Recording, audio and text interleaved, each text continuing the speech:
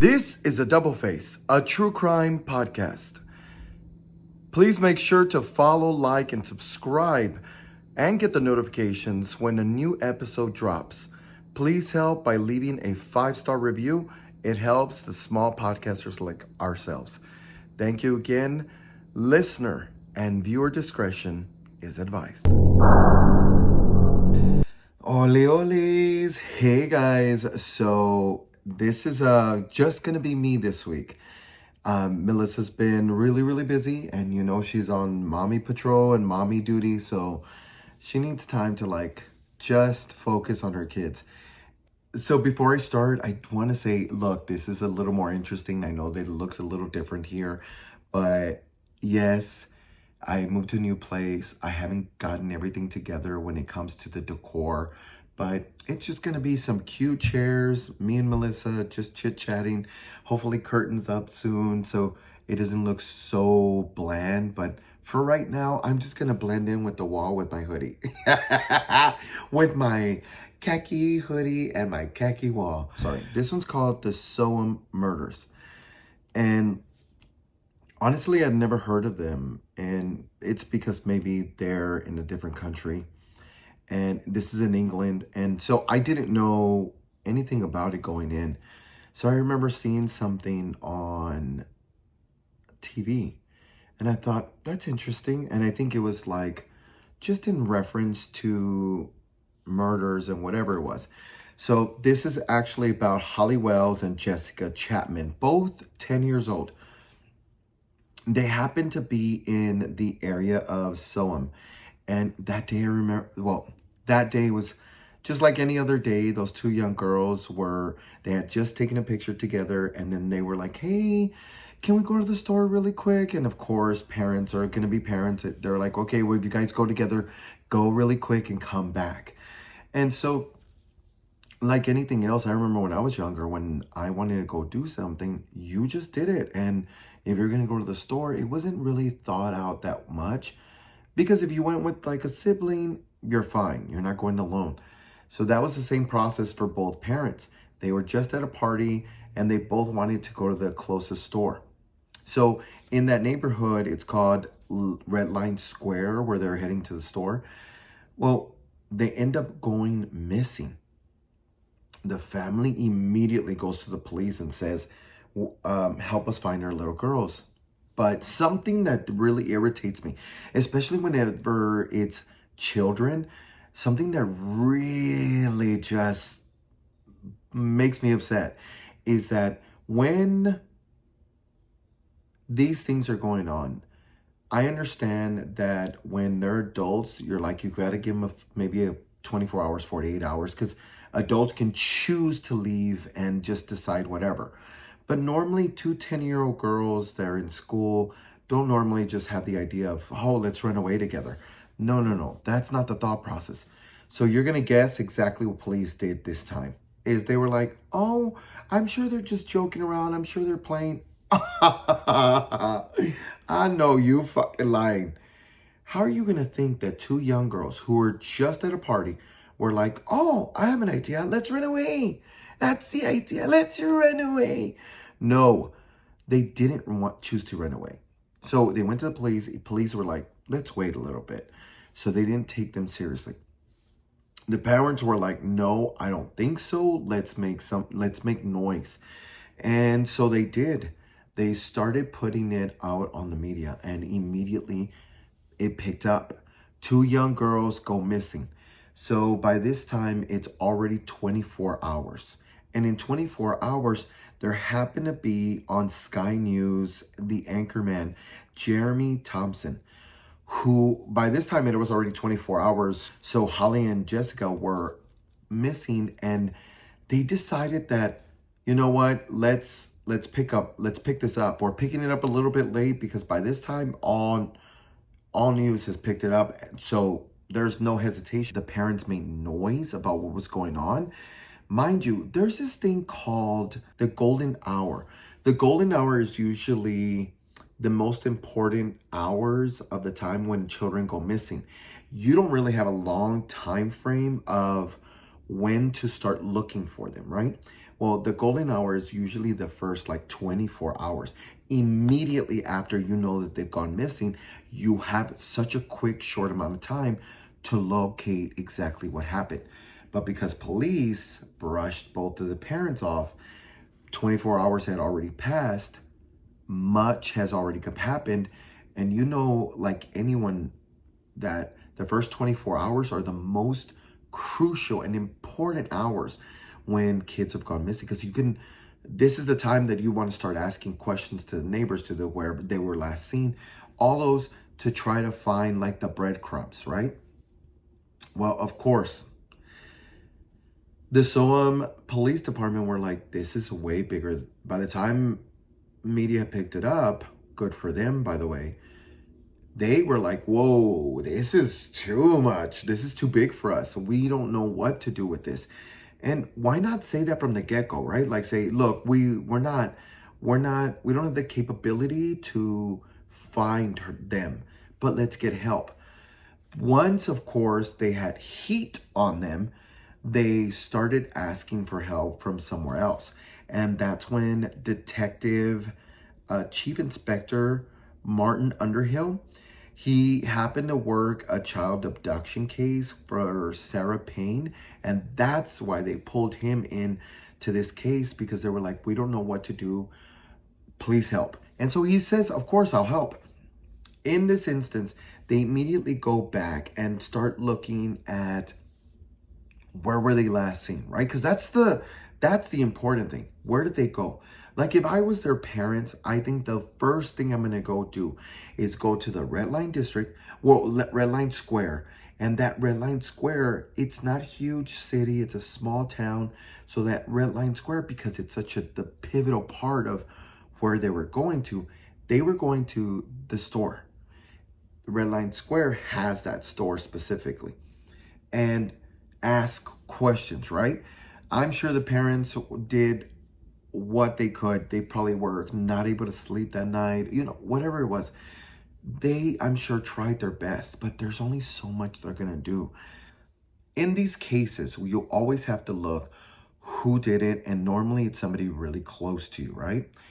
Well, in this instance, they immediately were able to say both mom and dad were not part of this on both parts, the Chapmans and and Wells. As detectives were going, looking and asking questions, going door to door, asking neighbors and the surrounding Red Line Square area, it happened to be that at the same time, remember that I mentioned the Sky News anchorman, right? Jeremy Thompson. Well, because they picked up the story a little bit later, so 24 hours after it had already taken off, they wanted to also kind of go to the neighbor, go to the area and start asking questions to the neighbors, like a lot of anchormen do. And so this day, he happened to go up to Ian Huntley. Ian Huntley, he was just any regular man, and he was like, hey, I have questions about the missing kids. Do you mind asking, as a neighbor, as so forth, do you just mind answering a couple of questions online? Yes, of course. And it also was that as the kids are missing as well, the headquarters for the missing girls was also the school. So detectives, police officers, they're all at the school. They're all there huddled in. I mean, it's chaotic, but I'm sure it's a controlled chaos. And Ian happened to be one of them who was also helping with this.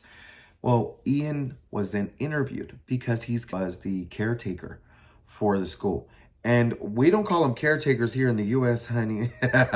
But I'm assuming, because I was trying to look it up, but caretakers, I'm assuming, are what we call janitors in the school, right? Or if that's not the correct term, I'm so sorry. Forgive me. It's been a long time since I've been in school. So if that's not what the word is called, or environmental housekeeping or whatever it's called, that's what I was trying to say. So they interview Ian and they're asking him questions and they're like, hey, were you able to see these girls? And Ian says, oh yeah, I saw them. And they're like, you did? He's all, yes. That same day at 6:15 p.m., I saw them. The reason I saw them is because my dog ran out of the house and I chased him.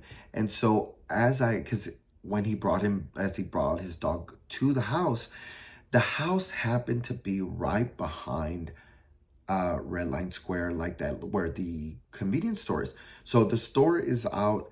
When you walk out just a few feet behind it is Ian Huntley's house. The reason I saw them is because they were complimenting the dog, and they were like, "Oh, how is the doggy? Oh, he's so cute. Can we pet him?" And he's like, "Yeah, it just because he says he was out there cleaning the dog because he had gotten into like mud and dirt or whatever, even though it was a sunny day.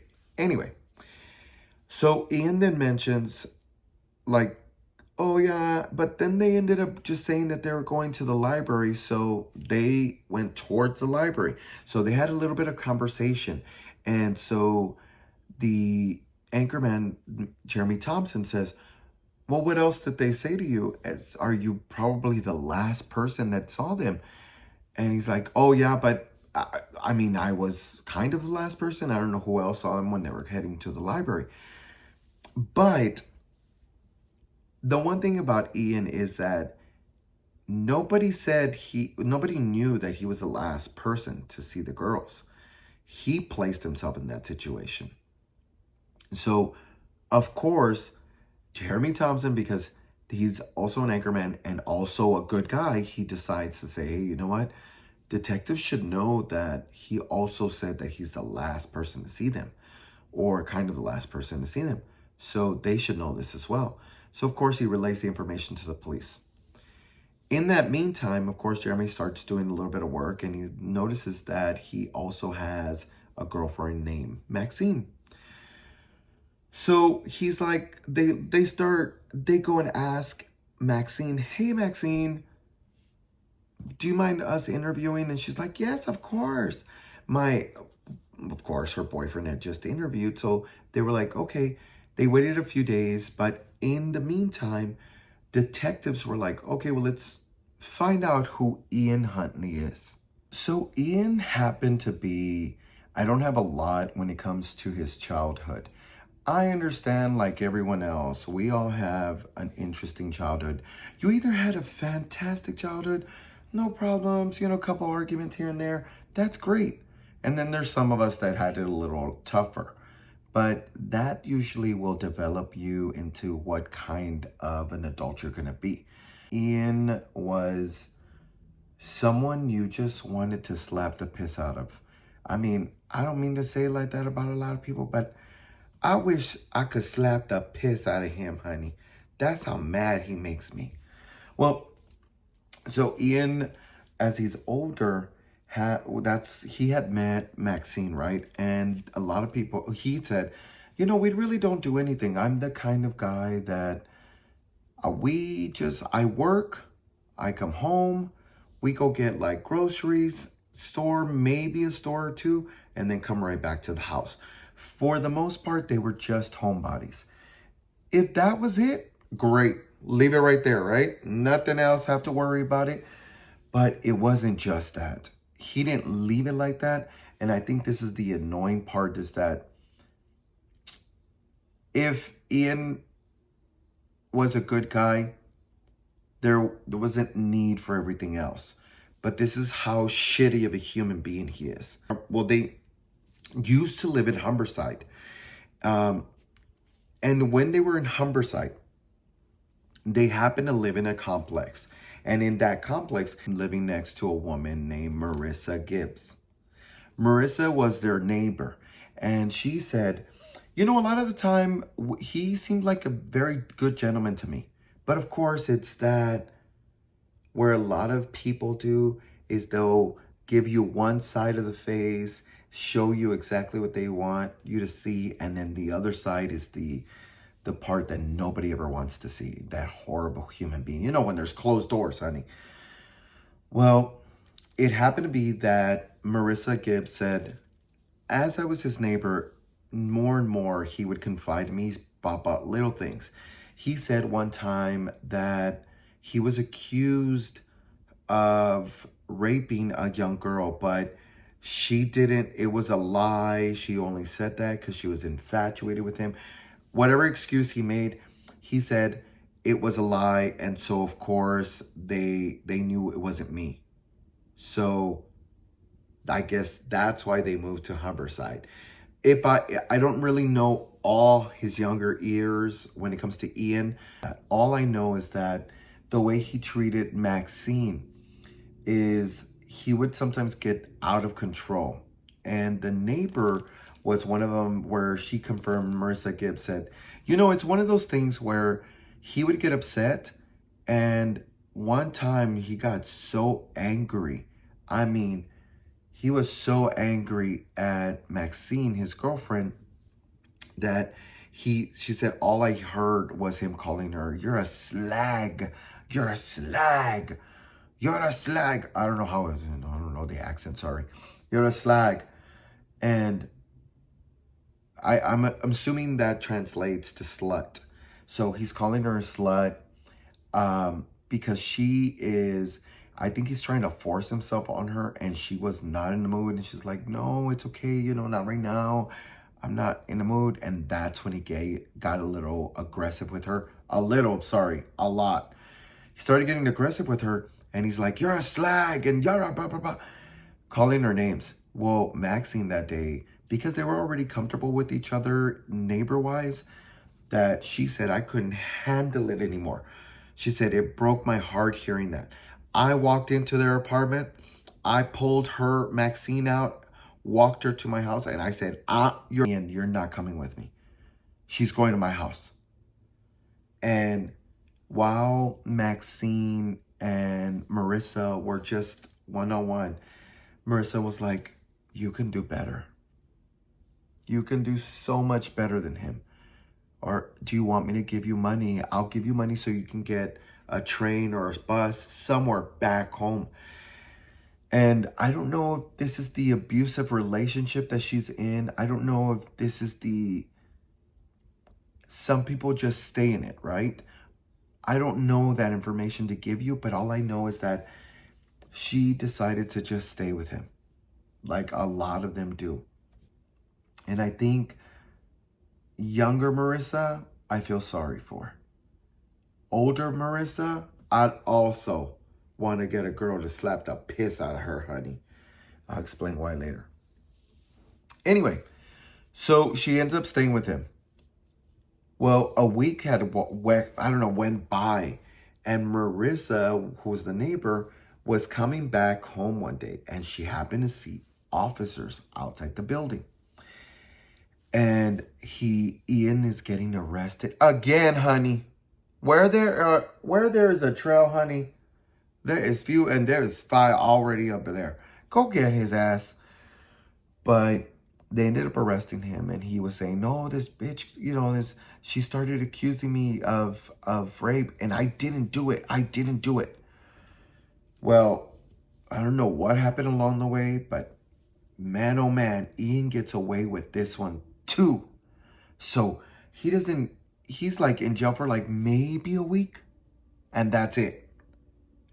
Slap on the wrist, girl, for raping a young girl. And he comes back, and of course, because it's getting hot, what does Ian do? Because it's getting too hot, he gets up and he leaves again. So this time, him and Maxine end up moving to this small town, and it happened to be Christmas Eve.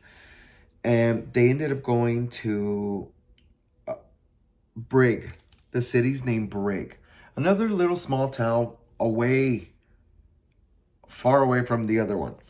They ended up going there, and it happened to be Christmas Eve was one of those days that the car just started acting up for Ian. Happens to pull up to a car lot or not a dealership, but like an automotive area where you can get your car fixed. And it was called a, Melito's a brig, which is like a Mercedes-Benz specialist. And there he happened to come across John McLeod. John was already wrapping up his day, honey, because he was going to go meet everybody at the pub. I love that they call it pub, by the way. He was going to the pub, so he was like, okay, I got to hurry up. I'm going to finish up here, close up shop, and then head up and meet his coworkers for just a few drinks. So he wasn't ready to go. But because it's like, 'tis the season, right? And people are more giving during the holidays. So he says he pulls up and Ian he sees like the desperation in his face. And he's like, hey man, sorry to bother you. You know, my car's acting up. I don't know what to do. I need help. Please, please. And John, because he's in the Christmas spirit, he's like, fine, let me look at it. He says, I look at it and I quickly check it and I fix it really quick. And then he's on his way. And of course, Ian's like, I will pay you. I'll pay you. He's like, don't worry about it, man. Come back later. I'll take your payment. Because he's trying to get back to the pub, honey. John says, my focus is those drinks. And so he says, okay, I'll be back. And John does state, like, look, I really wasn't thinking I was going to see him at all. So he goes to the pub. He's drinking with his friends and not really thinking anything. Well, at that same time, it happened to be that Ian and Maxine moved into the neighborhood, and the pub that they went to was right next to it. So you go down a little alley and it's right there. It's not like this scary alley. It's just some alley, and then you walk up some stairs and then there's like apartments right there. Not that many, but there's a few. So John says, you know what? I had a few, enough to drink. So I guess he's like, I'm going to walk home already. So he starts making his way home. And as he's going down that alley, he sees a man who has a woman on headlock and is calling her slag and all these other words. I just really like that word. Sorry. I know anybody in England. I'm so sorry. Bad. That's a bad name. But here it sounds interesting. Anyway, he has her on a headlock and is just punching and punching and punching her face. I mean, he's going to town like it's a man, honey. And of course, John screams and says, hey, what's up? Hey, what happened? Get your hands off of her. And it happened to be that because it was like like the way to get up the stairs, you have to go around and go up the stairs. Well, it goes higher. Does that make sense? And then the buildings are on top of that. Well, from where John is standing, it's hot. It's a little higher, so he really can't see the face of the man. But he's like, look, you had a few drinks, so you know he got superpowers, honey. So he said, you know what? I'm gonna go help her. And so he makes his way up there, and he's like, get your fucking hands off her. Anyway, so at the same time as he's like trying to walk up the stairs, Ian, because that's who it is, of course, you've already discovered that, right? Ian happened to grab Maxine and throw her over. So it's a nice fall from where they're standing over the little gate and then where Ian happened to be. And he makes his way up there and he's like, what the fuck, man? And he's whatever kind of cussing words. Put the appropriate cussing words from your country right here. So he's like, what the fuck is going on? Well, he said, it is so funny. I hadn't realized that it was the same man that had just fixed his car.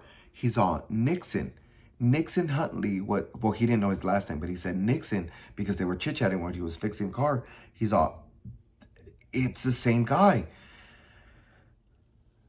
He said, I just saw two different beasts. This desperate, kind soul, and then this horrible human being. Because when Ian got to that town, he changed his name to Nixon Huntley. I don't know why Nixon. Who gives a shit? It's still Ian. I don't like him. Hopefully you you don't either. No, fist fighting. Well, it happened to be, look, karma, honey. I love this part. It happened to be that John just grabbed him and threw him over. Just the way he threw Maxine, he also threw him over. And of course, guess what Maxine does? Look what you fucking did. Look what you fucking did. Look what you did to my man. And he's like, what? I was helping you out. Like, what? And so she starts cussing at him and telling him, like, how dare you? Bitch, I know you lying. Yeah, it's because she's so deep in the waters at this point that I would have been like, you know what? Fuck you. Damn. But it's so hard to be in those positions when somebody can't clearly see that it's a disgusting relationship.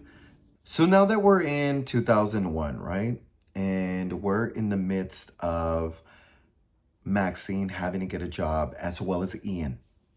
And in the midst of all this, it happened to be that Maxine got a job at the local school because it's a small town in Soham, so there's not that many schools. So she applies, gets the job. And so she becomes an assistant. And in that time, she wants to help out, of course, Ian. And he can't get a job. But what I thought it was really interesting is that they do hire him at the same school to be that caretaker I told you earlier. And so a janitor. And I think this is the most interesting thing is that he got a job at a school, even though he had been accused twice for raping a young girl. And nobody did a background check. Nobody called the references, nothing. So he was able to just fly under the radar and get the job. Happened to be with Holly and Jessica. So of course they're going to get to know and kind of get the feel of the relationship. So now let's fast forward to 2002. Remember that Jeremy Thompson has already interviewed Ian. And now that they're discovering that he was the last person to see them. So now Jeremy Thompson wants to interview Maxine. And now Maxine, Ian also mentioned during the interview is that he also says, oh yeah, and they also asked about Maxine because she wasn't going to get the job for next year. So I guess how it works over there is that you had to reapply for a position and then they'll tell you yes or no. So it's almost like if they did a trial basis, right? And she didn't get it. Well, the girls were just being beautiful souls. And they were just, oh, we're so sorry. Can you tell Maxine that we loved her, we missed her? And it happened to be that right because she happened to be the teacher for those two girls, and because they felt really bad for her, they even wrote her a letter and said, you're one of the best teachers, you're great, we're gonna miss you, we wish you the best. Because that's what good people do, right? They tell you how great you are, even no matter how shitty of a human being. So Jeremy Thompson says, can I interview Maxine, right? And she says yes. So she goes on to do the interview. And this is only, I want to say, a week after the whole girls have gone missing. Now, during that time, Maxine brought in the letter to showcase on the interview. Mind you, this one that's going on is about to go live, right? They say live, but it's pre-recorded. But during that time frame, she, of course, gets interviewed and she's like, oh, yes, the girls, they made me a letter and they said I was a great teacher and they were great. They were great girls. They happened to just, and she just went on and on, right? What Jeremy didn't pick up at first was after the interview, because they said, thank you so much. Thank you for the interview. It'll upload and go up and it'll be in the air like within the hour. So she's like, okay, great. Thank you so much. So they immediately, once she walks away, The cameraman then tells Jeremy, hey, did you pick up on that? And he says, what? Go back to the tape. And he's like, okay, why? He said, because she kept referring to the girls in past tense. And he said, what? And sure enough, they go back to the video and she states, she's referring to them as in past tense. Mind you, nobody knows where these girls are. Nobody knows that whether they're murdered, they're still missing, they're alive, they're not alive. They don't know anything. But the way she referred them, as if she knows exactly that they're no longer alive, because she's placing them in past tense. So Jeremy does again what he does well. He's smart, man. He calls the police immediately. And immediately he says, hey, we're about to put this on air. You should know what they said. And he tells them, right, the officers, and so he tells the detective as well. And the detective says, tell me exactly what happened. And so Detective Martin Underhill says, okay, I'll go get them. So while it's in air and while it's playing, they're already on the way to go get Ian and Maxine because they want to know, why is she placing them? Let's separate them. Let's question them. Let's do what we have to do. And of course, they're starting to understand that, oh shit, we're in deep water. So something happened during this interview. Something, because it was too close after the time frame. Because once it's aired and once they've already done the interview, the only thing is they didn't have enough substantial information to say, let's keep them. So by 11 p.m. that same night, they were released, both Ian and Maxine. The only thing is that because officers and detectives are actually honing in on both of them, they started looking and saying, okay, let's go through all their, like, where they could be, where they shouldn't be. And there's happened to be a storage hangar. I tried finding what storage hangar meant, but I'm assuming it's like a storage facility, right? Because I don't know where, I was like, what does storage hangar mean? And so I couldn't find it, but I feel like it was like a storage facility. In the storage facility, they do find burned pieces, burned remains of clothing, and it happened to be young girls' clothes. Well, whatever they found, they were able to, like, you could tell that it was like it was burned, but you could still tell pieces of their clothes. And remember that earlier when I had said that the two young girls like took a photo before they went to the store? Well, because they could still remember, based on the photo that had been going on there all this time, you could see that the last thing that they were wearing, they didn't even need to ask the family. Like Holly and Jessica still had their clothes from the last photo. That's exactly what was found. So I'm glad they were stupid enough to do that. Well, so anyway, they end up going and they are honing in on them. And Jeremy, after the fact, when they let him out at 11 p.m., he ends up calling them, and he calls Maxine and Ian to see if they would like to do another interview. And of course, Ian's like, no, let's, we're not doing anything. We're not talking to anyone. Thank you, but no thank you. We're leaving. Of course. Because what? When it gets too hot for him, he leaves. God forbid, right? But they weren't going to live. Detectives were not going to leave it like that. Of course, they knew they're going to want to run. You know, that's her go-to number move, honey. Sorry, I'm trying this De La Calle Mexican soda. I tried something else and I did like it, but this one I don't.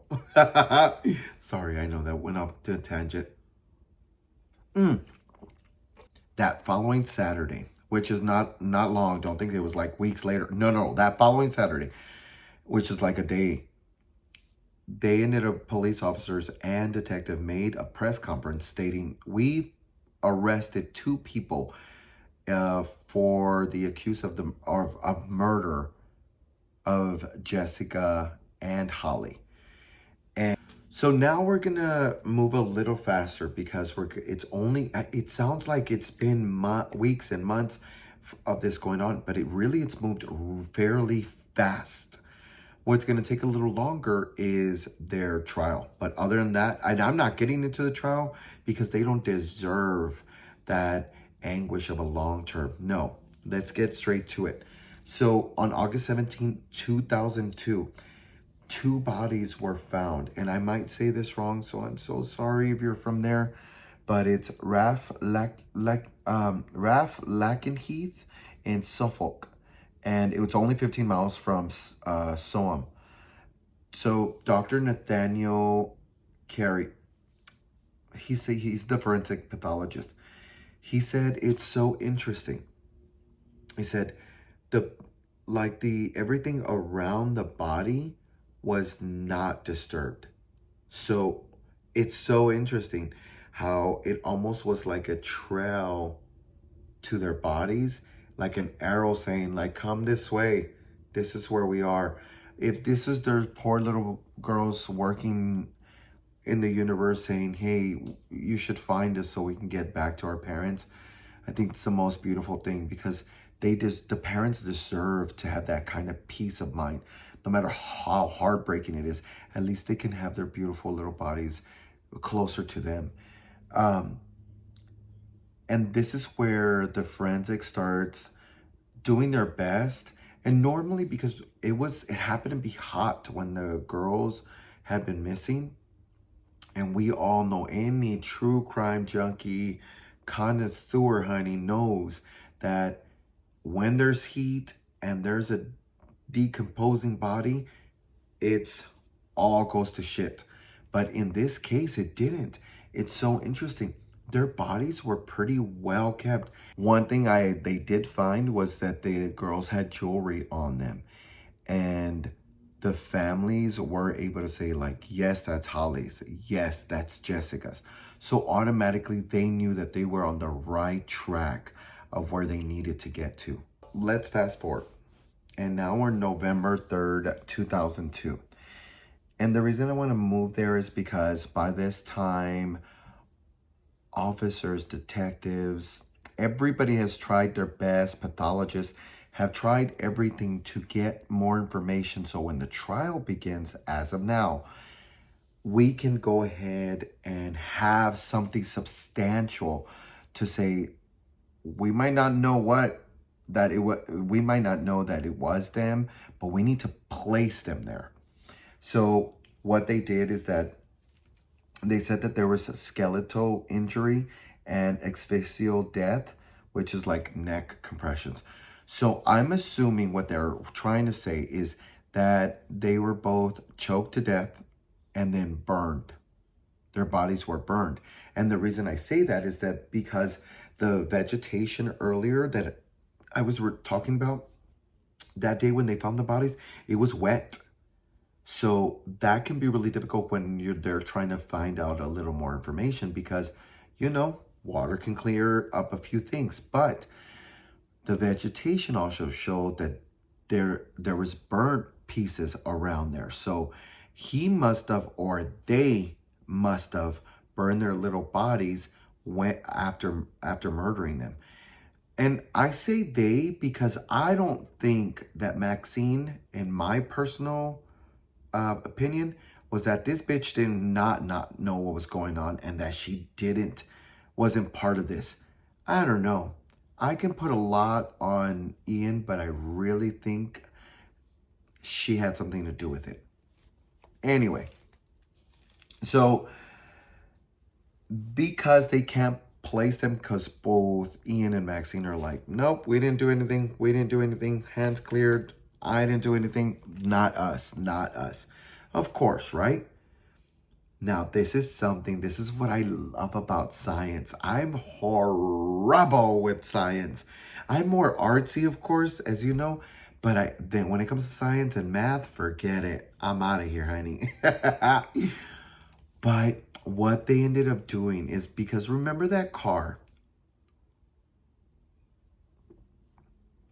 Sorry, I had to take a drink break because my voice. So remember that car that John earlier had helped fix? It happened to be a Ford. I have to look at it, sorry. A Ford Fiesta. So what they ended up doing is they ended up looking at the car, right? And they're like, let's look to see if he has any deposits there. Anything left from, because we have to place him here, right?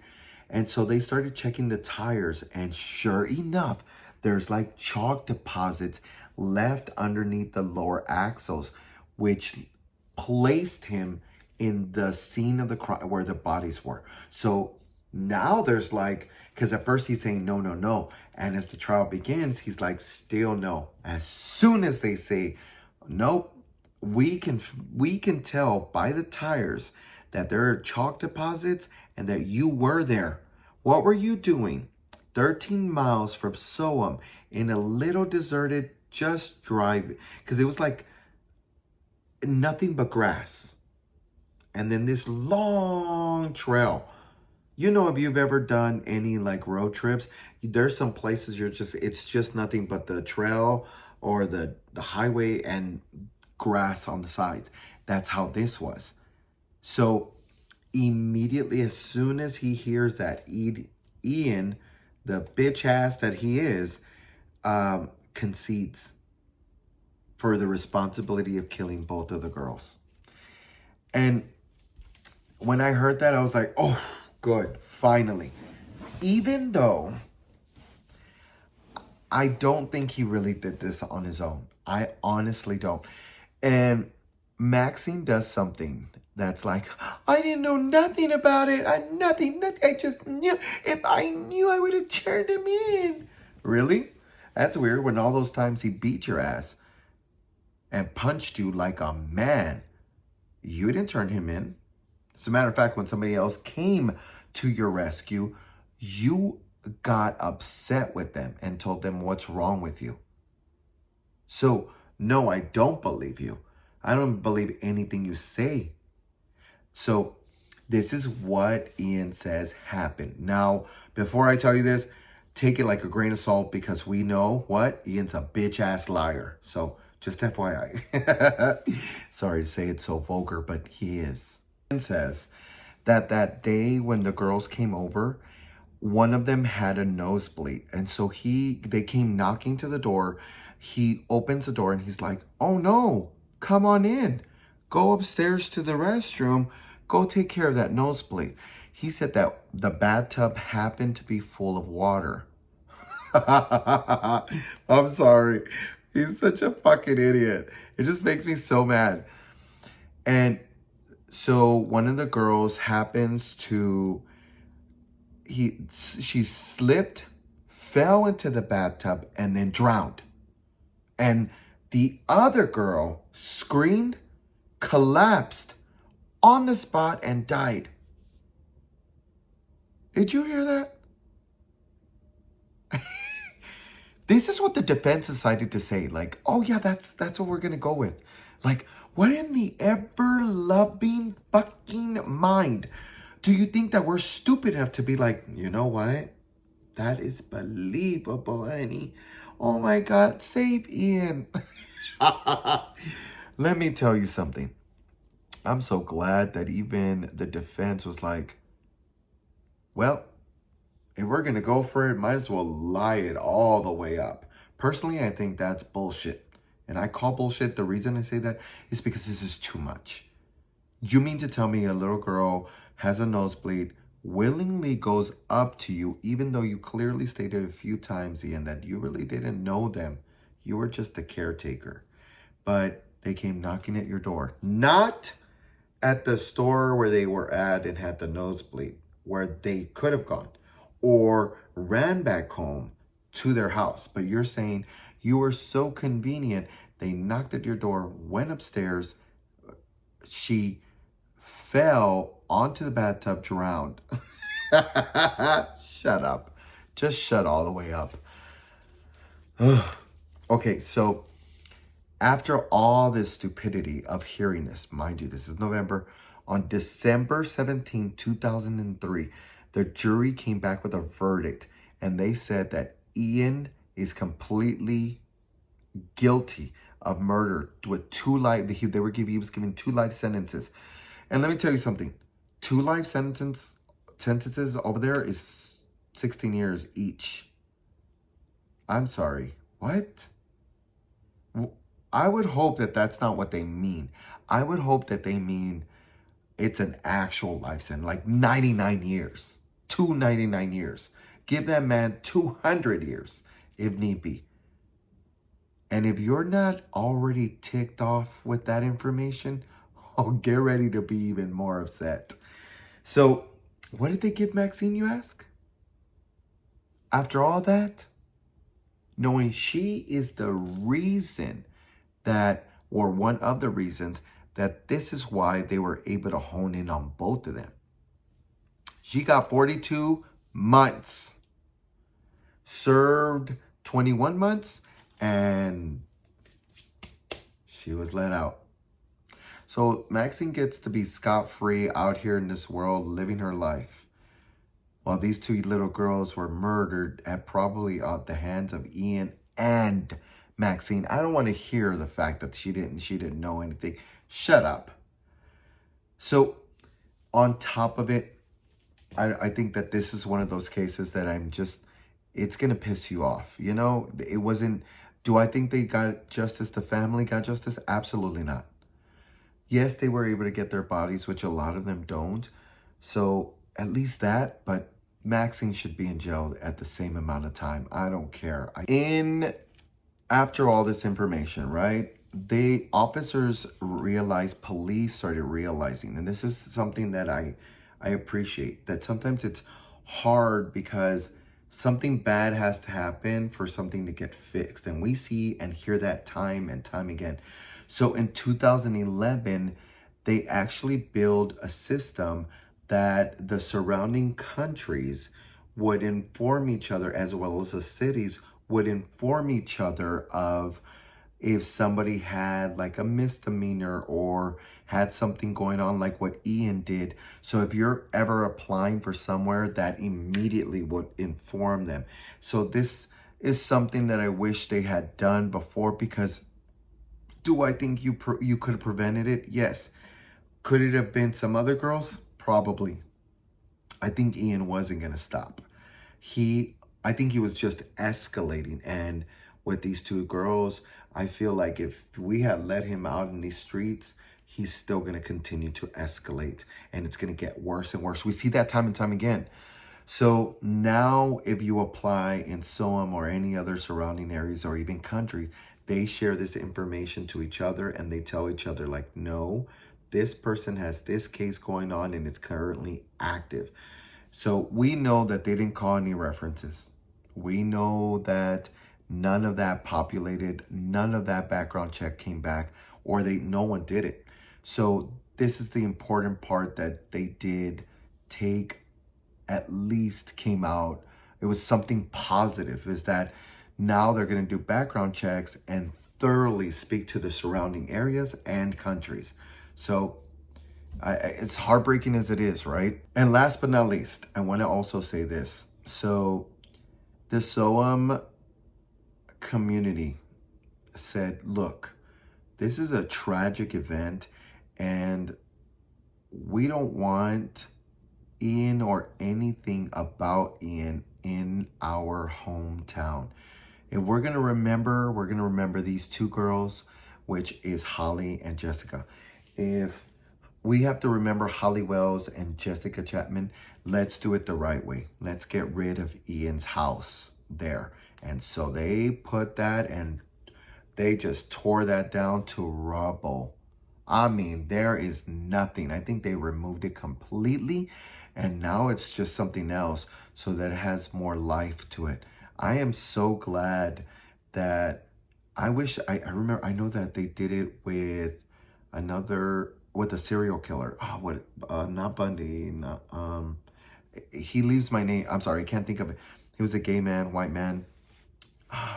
Well, anyway, you tell me in the comments because I don't know why I'm not thinking right now. But anyway, I just want to say that is the story of Jessica Chapman and Holly Wells. And this is one of those stories that's heartbreaking, but I'm glad that we're at the point of asking other people in the surrounding areas, is this person got anything going on? And now they're communicating with each other. So hopefully in the future, this doesn't happen again. This is the story of Holly Wells and Jessica Chapman. Thank you again for listening. Again, dame un besito. Sorry, I was looking at my notes. I had to see if I forgot anything. Dame un besito because I gotta go. Bye.